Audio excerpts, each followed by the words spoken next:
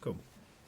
So I've interviewed Michael a couple of times, and when I've spoken to him, for example, about the trip, I told him how much it means to me and how much sort of audiences responded to it, and he always looked quite surprised that people have found a deeper meaning in it than that actually existed. But with a film like Greed, I mean, there is so much of a deeper meaning to this. It must be so fulfilling as an actor to make something which has as much to say as a film like Greed does. Well, yes, it is fulfilling, and it's as I get older, and I've been in this business now for many years, I feel like I can't be bothered doing anything that doesn't have at least some substance. You can do stuff which is entertaining, but something there's too much froth and fluff around in the world of entertainment to not want to do something that has substance. And I see anyone who does anything that has anything that's about anything or makes you think about anything, I sort of applaud them, and I salute their efforts. And there are a few films around still like that. So yes, Greed is something which is an opportunity to talk about stuff that has some greater meaning. So yeah. And I was reading this 7 collaborations with Michael. I mean, you must have developed such a shorthand by now. I mean, when the second you get on set, it must be such a comfortable atmosphere an environment to work in. Yeah, it's just there's a certain kind of, he's unorthodox the way he works. There's a little, what it can look like, there's a slight method in the madness. He works very fast, doesn't pause really very much. In some ways that you don't have time to stop and think or worry about stuff because you're constantly on the move. So although you don't have time, there's no time to be anxious, basically.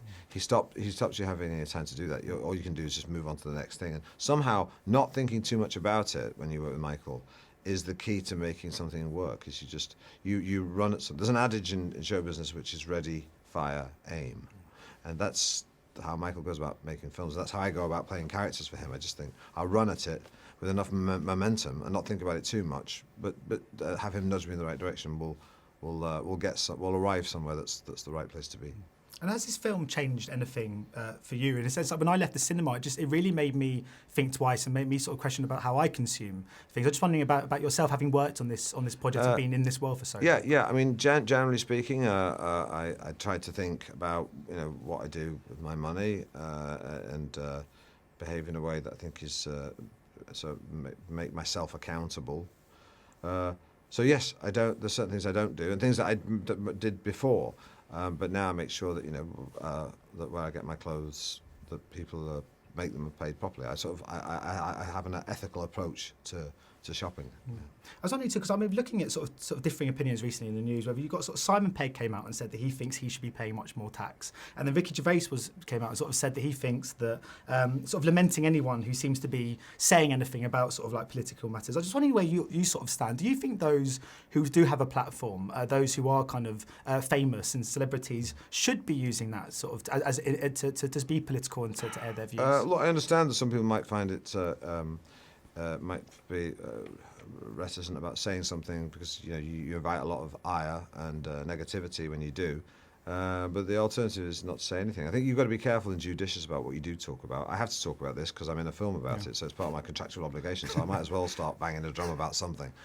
Generally speaking, though, I think you have to weigh up when what you're going to say matters. And unfortunately, if you have a profile, then you're able to talk about things, and people want to talk to you about things the way they might not about someone who's not doesn't have a public profile. So I think you have to be. I think you can't not. I think everyone has to.